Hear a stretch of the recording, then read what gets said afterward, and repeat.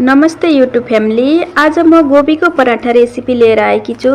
यो एकदम टेस्टी हुन्छ। भिडियो मन पर्यो भने लाइक गरिदिनु होला र च्यानललाई सब्स्क्राइब गरिदिनु होला।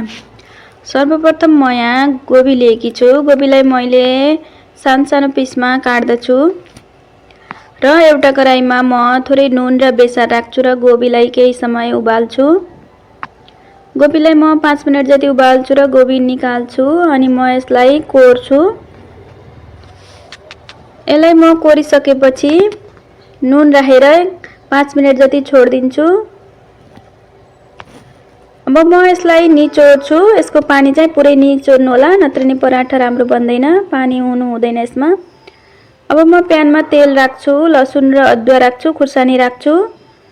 यसलाई एकछिन भुट्छु र हामीले कोरेर राखेको गोबीलाई एड गर्छु। यसलाई पनि म केही समय फ्राई गर्दछु र अब म आटा मुस्न गइरहेकी छु। आटामा थोरै चिल्ली फ्लेक्स राख्छु र कस्तुरी मेथी राख्छु र थोरै घिउ राखेर म आटा मुस्छु। आटालाई मैले मुसिसकेपछि नरम हुनलाई छोड्दिन्छु।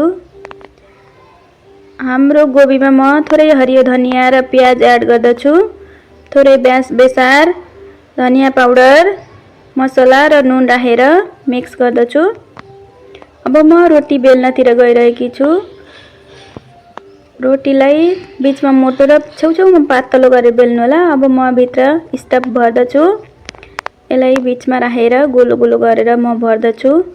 अब म यसलाई हल्का हातले बेल्दछु, धेरै दबाउनु हुँदैन किनकि यो फाट्न सक्छ बीचबाट। अब म यसलाई पकाउनतिर गइरहेकी छु। तावामा म घिउ राख्दै पकाउँदै गर्छु। हाम्रो पराठा रेडी भइसकेको छ, देख्न सक्नुहुन्छ। Thank you for watching.